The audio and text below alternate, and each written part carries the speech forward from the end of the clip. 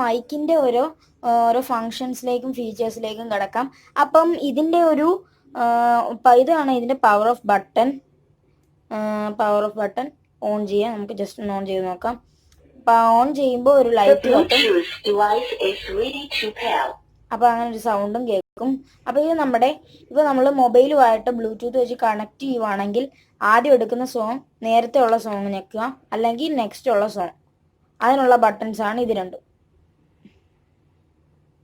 Okay. ഇനിയും scan എന്ന് വെച്ചാൽ നമ്മളിപ്പം FM റേഡിയോയുടെ ഒരു സംഭവം ഉണ്ട് ഇതിനകത്ത്. ഇപ്പോൾ നമുക്ക് FM വേണമെങ്കിൽ സ്കാൻ ഞെക്കിയാൽ അടുത്തുള്ള FM എന്തെങ്കിലും നമുക്ക് ഇതിനകത്ത് പ്ലേ ചെയ്യാൻ പറ്റും.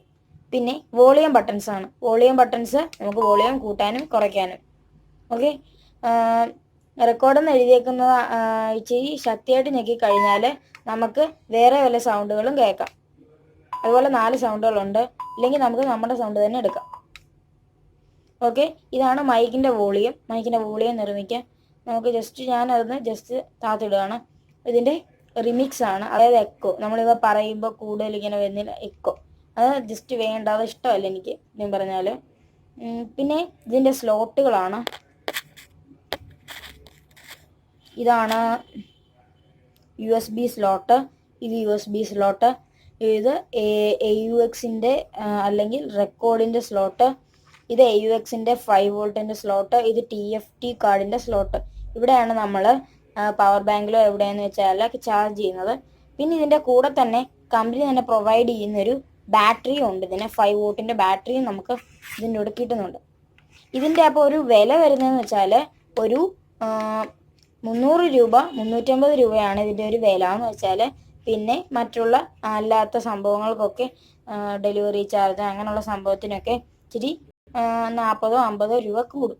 അത്രേ ഉള്ളൂ. അപ്പോൾ ഇതിന് മോഡലിൻ്റെ പേര് WS-858 എന്നാണ് ഇതിൻ്റെ വയർലെസ് കരോക്കെ മൈക്കിൻ്റെ പേര്.